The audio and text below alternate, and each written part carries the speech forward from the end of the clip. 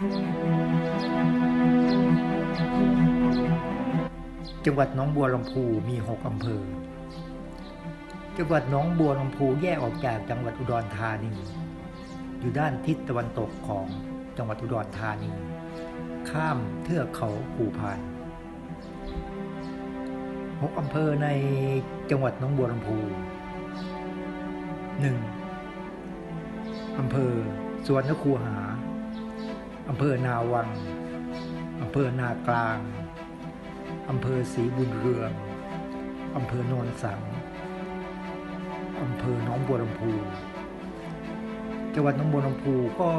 เป็นจังหวัดที่แยกออกจากตัวจังหวัดอุดรธานี